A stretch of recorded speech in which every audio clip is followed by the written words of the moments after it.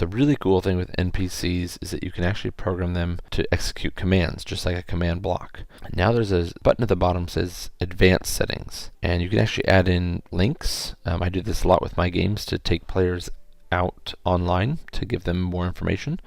But right here you can add commands. It can even run multiple commands at once. So instead of having a chain of blocks like we've had to do with the command blocks, you can just list multiple commands and it'll run them all together. To do that, you do the same thing as normal. So I could do something like /give. I'm going to do nearest player, so @p, and let's do a diamond sword. Has to be spelled exactly correct with the underscore. Again, I mentioned this on the command blocks.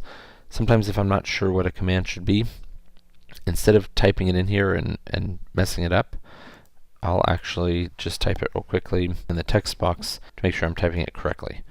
So it'd be /give @p, and then you can start typing and make sure you do everything correct.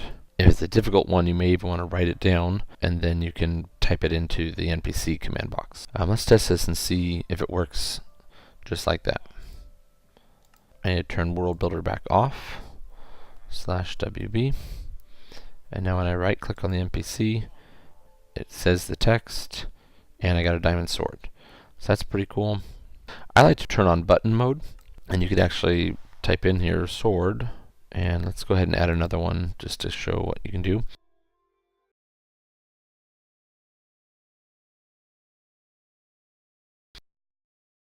Let's say /give @p, let's say iron _ chest plate. And again, I'll make that button mode and give it a title. And we'll call that chest plate. And what this would look like to the player, if we turn off World Builder. Now when you right click on the NPC, you've got some choices down here. When you click on them, then you get the items that way. So kind of some cool stuff you can do.